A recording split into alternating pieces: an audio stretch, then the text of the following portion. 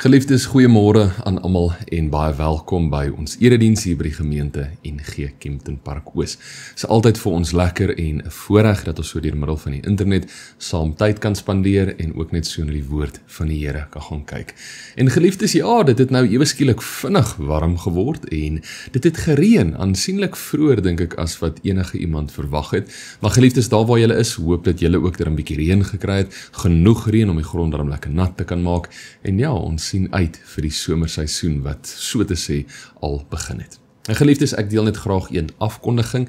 Hierdie komende week, Woensdag, Donderdag en Vrydag is dit ons groot jaarlikse uitreikprojek waar ons kindertjies, minder bevoorregte kindertjies in die omgewing kerk toe bring en hulle bietjie bedien. Speletjies saam met hulle speel, vir hulle lekker kos saam maak, die woord met hulle deel en nog vele meer. So ons vra asseblief dat julle ons in julle gebede sal opdra aan die Here. Dis 'n wonderlike en 'n besonderse projek om bietjie te kan teruggee vir die gemeenskap, maar dit is ook 'n baie uitputtende week. So 30 na 35 kindertjies wat op en af hardloop en absolute kere gaan, dit dra nogal aan 'n mens, maar ons is baie entoesiasties en ons sê ook vir elke liewe een van julle dankie wat enigstens bygedra het of ook so ons al klaar aan die Here opgedra het. Maar geliefdes, ons begin vandag se erediens en ek lees vir ons graag 'n wotum. Jesus Christus is gister en vandag dieselfde en tot in ewigheid. Ek herhaal, Jesus Christus is gister en vandag dieselfde en tot in ewigheid. Amen. Geliefdes, genade en vrede in oorvloed aan elkeen van julle. Dit kom van God die Vader, Jesus Christus die Seun, die wonderlike werking van God die Heilige Gees. Kom ons gebruik hierdie geleentheid om saam tot die Here te bid. Here, dankie dat ons saam as gelowige gemeenskap in U naam, dat ons saam as U kinders tot U kan nader deur gebed. Here, waar ons weet daar is 'n absolute vrymoedigheid om ons sorge, ons bekommernisse, maar daarmee saam ook dit wat vir ons soveel genot bring en hoop, dat ons dit met U kan deel, dat ons weet U luister, dat ons aan 'n verhouding kan werk wat ons saam met U in hierdie wêreld stap, en dat ons ook met sekerheid sal kan sê, maar Here, U los ons nie alleen nie.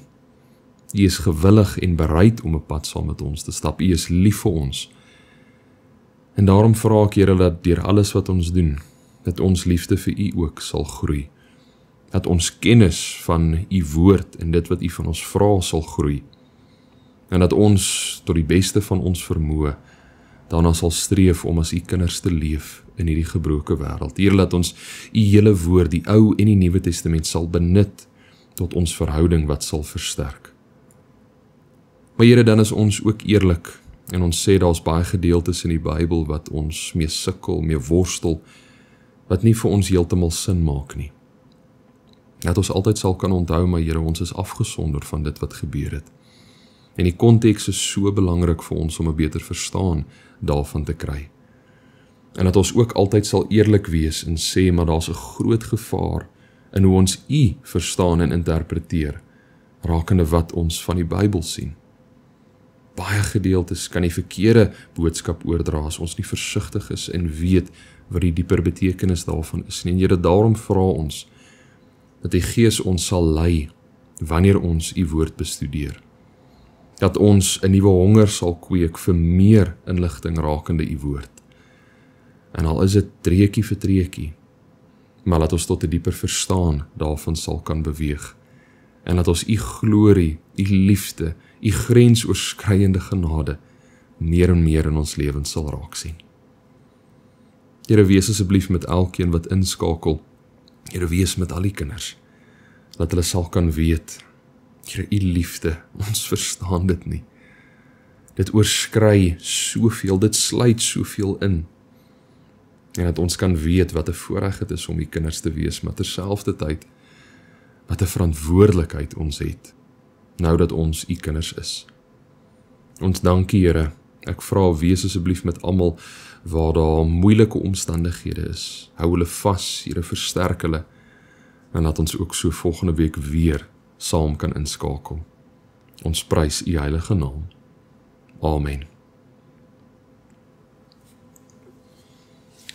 Geliefdes, ons skriflesing vir vandag, daar gaan wel 'n hele klompie gedeeltes wees waarna ons saam gaan kyk. Dit sal op die skerm verskyn en dan sal ons ook die gedeelte afsluit uit 2 Korintiërs 5, 'n pragtige gedeelte daaruit saam te lees. Ek wil vanoggend se erediens begin op bietjie van 'n ander manier. En dit is deur ons wat 'n vinnige speletjie gaan speel. Nou geliefdes, julle hoef nie te bekommer nie, julle gaan nie iets fisies hoef te doen of enigsins hoef op te staan uit julle banke of waar ook al julle tans sit en inskakel in vanoggend se erediens nie, julle kan net daar bly. Ek gaan vir ons 'n paar Bybelverse lees, sonder om te sê waaruit die gedeelte kom, en al wat ek van julle vra, die speletjie wat ons speel, is dat julle net sal sê, maar kom dit uit die Ou Testament of uit die Nuwe Testament, so eenvoudig soos dit. Geliefdes, ek glimlag vir 'n rede. En die van julle wat by die huis saam sit, met vriende of familie, hier is die perfekte geleentheid om na elke gedeelte vinnig die pausknoppie te druk en onderlangs mekaar bietjie te kan gesels, te deel wat dink julle en te kyk, maar wie is reg. So kom ons begin. Die eerste vers klink soos volg. Ek, die Here, is die barmhartige en genadige God, lankmoedig, vol liefde en trou. Ek betoon my liefde aan geslagte en geslagte. Ek vergewe ongeregtigheid, oortreding en sonde. Waaruit dink julle kom hierdie gedeelte uit? Die Ou Testament of die Nuwe Testament? Die van julle wat gesê die Ou Testament is reg. Eksodus 34 vers 6b tot 7. Die volgende gedeelte. God openbaar vanuit die hemel sy toorn oor al die goddeloosheid en ongeregtigheid van die mense, wat die waarheid deur hulle ongeregtigheid probeer onderdruk. Hierdie gedeelte kom uit die Nuwe Testament. Romeine 1 vers 18. Volgende. Deur die liefde van die Here het ons nie vergaan nie. Daar's geen einde aan sy ontferming nie. Dit is elke môre nuut. U trou is groot. Hierdie spesifieke gedeelte kom uit die Ou Testament. Klaagliedere 3 vers 22 tot 23. Volgende. Wanneer ons opsetlik bly sondig, nadat ons die kennis van die waarheid ontvang het, is daar geen offer meer wat ons sondes kan wegneem nie. Daar bly alleen 'n verskriklike verwagting oor van oordeel en 'n gloeiende vuur wat die teenstanders van God sal verteer. Interessante ene die. Die van julle wat gesê het, die Nuwe Testament is reg. Hebreërs 10 vers 26 tot 27. En geliefdes, ek hoop julle sien raak wat ek besig is om hiermee te doen. Ek lees tekste wat fokus op een van 2 dinge of 2 temas oordra. Aan die een kant lees ek tekste wat handel oor God se toorn en sy oordeel, wat ons baie makliker of meer outomaties sal verbind met die Ou Testament. En aan die ander kant lees ek tekste wat handel oor sy genade en sy liefde, gedeeltes wat ons makliker met die Nuwe Testament verbind. 'n laaste voorbeeld. Dan sal ek openlik vir hulle sê, ek het julle nooit geken nie. Gaan weg van my af, julle wat die wet van God oortree. Hierin is moeilik, want hier staan daar die wet van God. En gewoonlik as ons lees van die wet, dan dink ons maar die Ou Testament, die 10 gebooie, die Jode wat dit uitgeleef het. Maar hierdie gedeelte kom uit die Nuwe Testament. Matteus 7 vers 23, Jesus is die een wat hier aan die woord is. Sodra ons 'n teks lees of 'n teks hoor, wat handel oor straf en ongeregtigheid, God se toorn, sy woede, baie mense gaan so ver om te sê, en God se jaloesie, 'n jaloerse kant van hom wat na vore kom, maak ons die aanname, maar dit moet uit die Ou Testament uitkom, 'n donkerder era, 'n ander tydperk. En sodra ons 'n teks lees of hoor wat handel oor sy liefde, sy barmhartigheid, sy vriendelikheid, sy sagmoedigheid, moet dit tog seker uit die Nuwe Testament wees. Geliefdes, hoekom dink julle is dit so? Is die God van die Ou Testament donker, wraakgierig, kwaadwillig, jaloers. En is die God van die Nuwe Testament 'n sagmoedige, genadige, vredevolle, vriendelike God? Kom ons begin by 'n punt. Waarom bestaan daar enigstens hierdie idee dat die God van die Ou Testament en die God van die Nuwe Testament van mekaar verskil? Is dit iets wat onlangs begin het, of bestaan dit al vir 'n baie lang tyd? Nou, om dit vandag te beantwoord, dit bestaan al vir baie lank. Marcion van Sinope, 'n groot bekende figuur in die 2de eeu, het met hierdie spesifieke onderwerp gesukkel en inteendeel het so ver gegaan om te sê, maar die God van die Nuwe Testament is groter, is kragtiger, is beter as die God van die Ou Testament. Maar kom ons kyk gou 'n bietjie uit 'n ander hoekpunt hiervan af. Baie gelowiges sal sê, maar die godsbeeld wat ons in die Ou Testament kry, of in ander woorde, die manier wat God homself aan ons as mens geopenbaar het in die Ou Testament, stem nie ooreen met die God van die Nuwe Testament nie. As voorbeeld, in die Ou Testament lees ons gereeld van God wat die Jode, sy uitverkore volk, sy kinders, gestraf het. Ons lees van God wat kwaad geword het, uiters kwaad vir ongeregtigheid en onregverdigheid. Ons lees van die sondevloed, Sodom en Gomora, die Egiptenare nie gelowiges, wat God doodgemaak het. En saam met al hierdie lees ons ook van God se uitverkore volk wat op menigte kere as slawe aangeneem was. En God wat nie direk of volgens baie mense se beskouing vinnig genoeg ingegryp het en hulle daarvan bevry het nie. Daar's baie voorbeelde om van te kies. En in teenstelling hiermee, in die Nuwe Testament lees ons hoofsaaklik van God se genade, sy liefde, sy ingryping, sy verlossing van enige iemand wie gewillig is om 'n pad saam met hom te stap. Wel, soos ek met die speletjie in die begin uitgelig het, dit is nie so eenvoudig nie, en dit is nie elke keer die geval nie. Vir ons om enigstens te kan begin om die vraag te beantwoord, verskil die Ou Testamentiese God van die Nuwe Testamentiese God, of waarom kom dit voor dat die twee van mekaar verskil, moet ons vir 'n oomblik stil staan by die beginsel van God se straf, sy toorn. Geliefdes, die van julle wat nog nie na Dominee Braam se reeks gekyk het oor hierdie spesifieke onderwerpie, ek moedig julle aan, is baie insiggewend en dit is op die internet beskikbaar.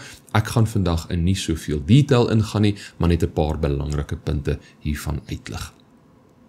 Die woord straf is 'n baie sensitiewe, delikate en moeilike woord, en dit kan ons baie maklik in die verkeerde rigting inlei, afhangende van hoe ons dit interpreteer.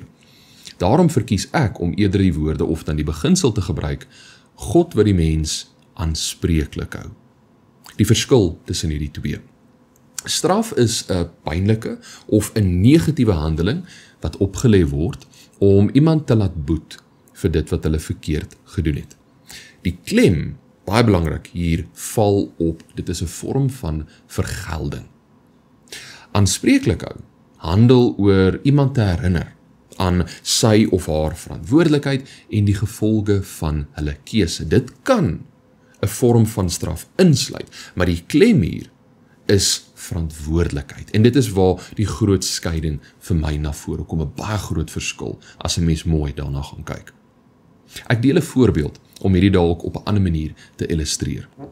Kom ons sê ons het 'n reël in die huis dat niemand mag iets soets kry nie tot en met hulle laaste groente vir die aand geëet het.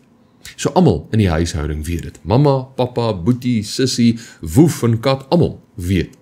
Maar as daar groente op my bord oorbly, mag ek nie 'n roomys of 'n sjokolade of wat ook al soetigheid daar in die huis is, kry nie. As boetie of sussie nog jonk is en hulle eet dalk 'n spesifieke aand nie hulle groente nie, kan ek julle beloof, hulle gaan nie die volgende woorde of die volgende beginsel verstaan nie. Maar my kind, dit was jou verantwoordelikheid om jou groente te eet. Jou verantwoordelikheid, nie myne nie. Ek hou jou bloot net aanspreeklik vir jy wat gekies het om dit te doen of dan nie te doen nie. Ek is nie die rede waarom jy nie 'n sweetie vanaand mag kry nie. Jy is. Hulle gaan dit nie verstaan nie. Inteendeel, Gaan boetie en sussie eerder uitgaan met die vertrekpunt, maar mamma en pappa is besig om baie lelik met hulle te wees, en hulle gaan alle slinkse planne probeer dink om 'n sweetie te kry, want nee, hulle word nou gestraf vir die verkeerde dinge. Geliefdes, baie van dit wat ons in die Ou Testament lees, nie alles nie, maar baie van dit is soortgelyk aan dit wat ek nou net verduidelik het. God wat sy uitverkore volk aanspreeklik hou vir dit wat hulle verkeerd gedoen het. God wat hulle inteendeel verantwoordelikheid probeer leer. Die volgende vraag wat dan na vore kom, waarvoor hou God hulle dan so aanspreeklik? Geliefdes, ek moedig julle aan, ergens deur die loop van die dag of later in die week, om Genesis hoofstuk 18 as ook 17 in geheel te gaan lees, want hier kry ons baie van die rede waarvoor God hulle aanspreeklik hou. Ek gaan net na 'n paar belangrike punte daarvan verwys. God en Abraham het in 'n verbond ingetree, of het 'n verbond gesluit. Baie kort en kragtig opgesom, 'n verbond is waar 2 of meer partye in 'n verhouding intree. En dan het elkeen 'n sekere verantwoordelikheid wat hulle moet nakom, iets wat hulle na die tafel toe bring. Vinnig opgesom, God se beloftes of sy verantwoordelikhede in hierdie verbond is as volg. God het beloof om Abraham tot 'n groot nasie te maak, dat sy nageslag sal groei, so baie soos die sand, korrels en die sterre in die lug. En dit is presies wat gebeur het. Geliefdes, onthou, elke liewe een van ons vandag vorm deel van die nageslag van Abraham. In die Ou Testamentiese jare was dit 'n fisiese nageslag, maar in die Nuwe Testament is dit 'n geestelike nageslag deur ons wat in Jesus Christus glo. Gaan lees gerus Galasiërs 3 vers 29. Die volgende belofte wat God gemaak het, was om Abraham en sy nageslag na die beloofde land toe te lei, die land van melk en honing, Kanaan. En dit het ook gebeur. En die laaste punt waarna ons vandag gaan kyk, die belofte wat God gemaak het, let wel, daar is meer, is dat God beloof het om Abraham en sy nageslag se God te wees, wat ons vandag dan ook insluit. Abraham en sy nageslag, die ander party in hierdie verbond, hulle verantwoordelikhede is nou weer as volg, en geliefdes, dit sluit ons dan ook in, want ons is deel van daardie nageslag. Om voor God te wandel en opreg te wees. Om die verbond te onderhou, bedoelende om gehoorsaam aan God te wees en dit wat hy van ons vra, en om reg te leef, volgens God se geregtigheid en ons kinders daarvan te leer. Maar ongelukkig, as ons na die geskiedenis gaan kyk, die Ou Testament, die uitverkore volk het nie hulle verpligtinge, hulle verantwoordelikhede binne hierdie verbond nagekom nie, of in ander woorde, die verbond was verbreek. En hier gebeur baie interessante dinge. Ek lees vir julle Jeremia 34 vers 18 om 'n sekere beginsel oor te dra. Elkeen wat hom nie gesteer het aan die verbond met my en die voorwaardes van die ooreenkoms wat hulle in my teenwoordigheid aangegaan het, nie nagekom het nie, sal ek maak soos die kalf wat julle met die verbondsluiting in 2 stukke gesny het en toe daartussendeur geloop het.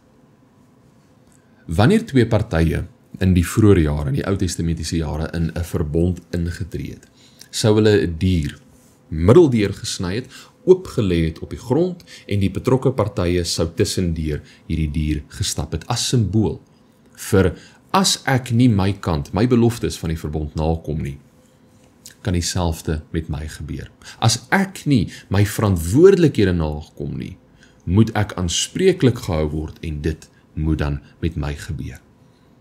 So om 'n verbond te breek in die vroeë jare was 'n baie ernstige ding, want daar was 'n prys te betaal, en die prys was een se lewe. So wat sien ons tot dusver? Die mens en God het in 'n verbond ingetree. God het sy beloftes nagekom. Hy het nie die verbond verbreek nie, tot vandag toe nog, maar die mens het. Dis moet die mens hul verantwoordelikheid nakom, om hulle prys te betaal van hulle wat die verbond gebreek het. Of in ander woorde, baie van dit wat ons dan in die Ou Testament sien, wat baie mense op reageer en sê, maar Joef, kyk hoe donker is God, kyk hoe onregverdig is God, kyk die dinge wat hy laat gebeur, is eintlik God wat net sy kinders aanspreeklik hou, vir dit wat hulle beloof het, hulle sal doen, maar wat hulle nie gedoen het nie. God wat vir sy kinders sê, maar julle het nie julle verantwoordelikheid nagekom nie. Daar is 'n prys nou te betaal, ek is nie die rede hiervoor nie, julle het gekies om nie te doen wat julle beloof het nie. Party mense, as hulle hierdie hoor, sal reageer en sê, maar presies. Hierdie wys vir ons, dat die God van die Ou Testament en die God van die Nuwe Testament van mekaar verskil. Die God van die Nuwe Testament sou hulle nie aanspreeklik gehou het vir wat ook al hulle verkeerd het gedoen het nie. Die Here sou sommer daarvan vergeet het, nie en nog verder. Die Here sou hulle sondes uitgekanselleer het. Die hele Nuwe Testament getuig daarvan. God wat hulle sondes uitkanselleer. Hierop sê ek met alle respek. Die Here vergewe nie net somme maar ons sondes nie. Die Here kanselleer nie somme maar net ons oortredinge uit sonder dat daar 'n prys betaal word nie. Nee. Daar is baie meer tot ons verlossing as bloot net dit. Hoekom sê ek so? Want God is regverdig. Ek lees vir julle Deuteronomium 32 vers 4. Hy is die rots. Sy werk is volmaak. Alles wat hy doen is regverdig. Hy is die getroue God, sonder onreg. Hy is regverdig en betroubaar. Wat bedoel ek as ek sê, maar God is regverdig in die lig van vanoggend se tema? Met al die inligting wat ons tot dusver deurgegaan het, sien ons. Maar die mense in die Ou Testament, as hulle nie hulle verantwoordelikhede nagekom het nie, bedoelende as hulle die verbond verbreek het waarin hulle ingetree het met God, was daar 'n prys te betaal. God het nie net van daardie prys vergeet of dit uitgekanselleer of sommer net uitgevee nie. Nee, daar was 'n prys te betaal. Dit is hoekom daar sisteme in die Ou Testament was, byvoorbeeld brandoffers, sondeoffers.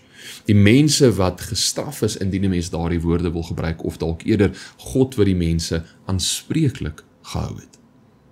As hy sommer maar net daarvan vergeet het, dit uitgevee het, na hierdie sisteem wat hy in plek gesit het, dan sou hy nie meer regverdig gewees het nie.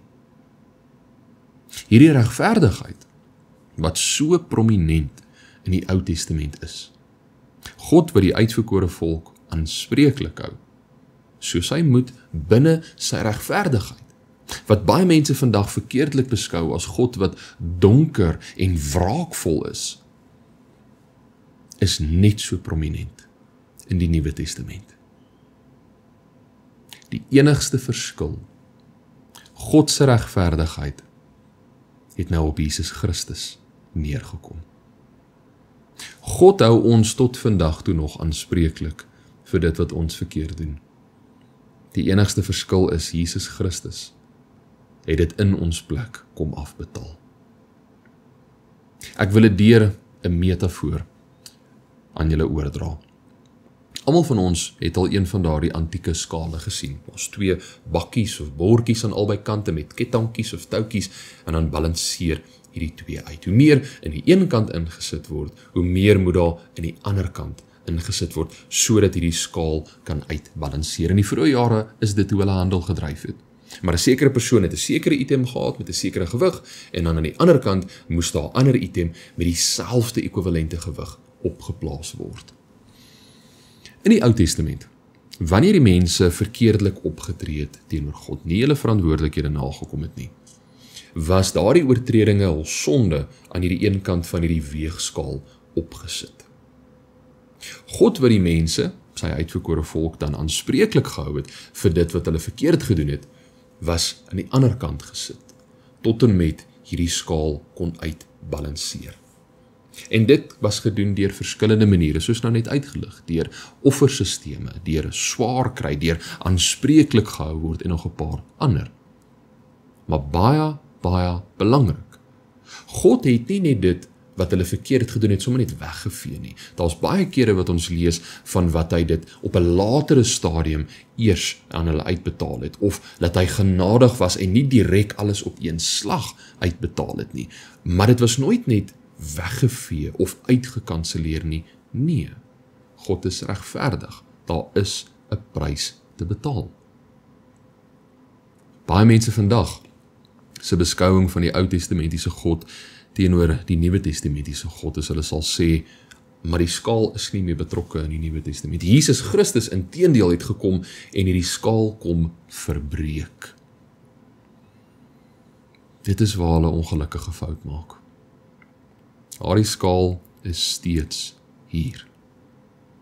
Die enigste verskil, ons vandag, al ons sondes weeg nou swaar aan hierdie een kant van hierdie weegskaal, lê amper al klaar op die grond. Ons moet nou op een of ander manier probeer om hierdie skaal te kan laat uitbalanseer, te boet vir dit wat ons verkeerd gedoen het. Geliefdes, ons kan nie. Niks wat ons kan doen sal hierdie skaal laat uitbalanseer nie. Maar toe ons probeer om enigsins iets te doen, om ons kant reg te stel, toe die Here Jesus Christus ons so op die bors kom druk en gesê, my kind, wag jy, ek gaan in jou plek, gaan ek hierdie prys betaal. In jou plek gaan ek die verdiende loon, die dood, betaal. En dit sal maak, dat hierdie skaal uitbalanseer. Dit sal God se regverdigheid vir ons kom wys.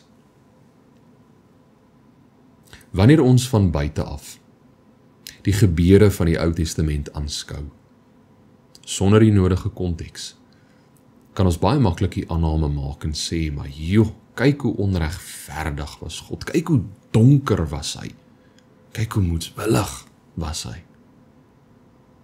Maar sodra ons die konteks in ag neem, sodra ons 'n groter prent het van dit wat gebeur het, dan sien ons maar nee. Inteendeel, die Here was genadig in die Ou Testament. Die uitverkore volk se verdiende loon was die dood. Dit is ons verdiende loon vandag, die dood. Maar hy stuur eerder sy seun, Jesus Christus, om die loon in ons plek te betaal en God se regverdigheid vir ons te kom wys. So die God van die Ou Testament en die God van die Nuwe Testament is dieselfde. Hy was baie genadig in die Ou Testament, net soos in die Nuwe. En hy hou ons steeds aanspreeklik vir dit wat ons verkeerd doen in die Nuwe, soos hy gedoen het in die Oue. Die enigste verskil is Jesus Christus. Geliefdes, ek sluit af. Soos ons vandag gesien het, die beskouing van 'n donker, wraakvolle, wraakgierige God is nie reg nie. God bly dieselfde. 'n genadige, liefdevolle, regverdige God. Die God van Abraham, die God van Moses, die God van die profete is dieselfde God wat deur Jesus Christus aan ons geopenbaar is. Sy regverdigheid vra aanspreeklikheid en sy genade bring verlossing. Laat ons daarom nooit vergeet van die prys wat hy in ons plek betaal het nie. Mag ons nooit ons verlossing aanskou as, maar net sommer nog ietsie, dit is uitgekanseleer nie. Maar dat Jesus dit op homself geneem het. En ek wil hê julle moet weer daai weegskaal sien. Hoe ons sonde, ons oortredinge al teen die tafel lê, die skaal balanseer nie. Alles wat ons al verkeerd gedoen het, en die Here Jesus Christus kom sê, my kind, ek sal die prys betaal, eenmaal sal voldoende wees. Ek sal my lewe opoffer vir jou, sodat hierdie skaal kan uitbalanseer, sodat God se regverdigheid bekend sal wees in hierdie lewe. As ons verlossing bloot aanskou, as ietsie wat sommer maar net uitgevee is, is nie veel meer nie, dan dra ons verlossing nie vir ons baie gewig nie. Maar as ons verlossing beskou as Jesus Christus, die een wat sonder sonde was. En hy het ons sonde op homself geneem en het vir ons afbetaal. Dan kom roep ons verlossing ons tot verandering, tot vernuwing, tot groei in sy naam. Ek lees vir julle 2 Korintiërs 5 vers 21. Let wel uit die 2020 vertaling.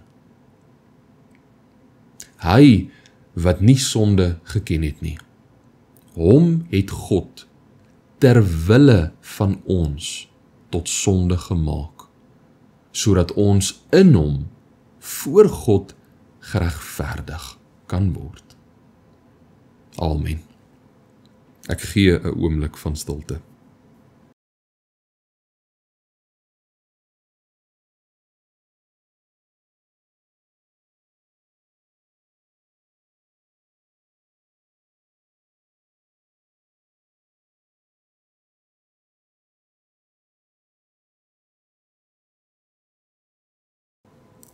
Here, dankie dat ons deur u woord kan sien, dat ons kan groei en weet, maar Here, u was nog altyd genadig. U was nog altyd liefdevol. En u is regverdig.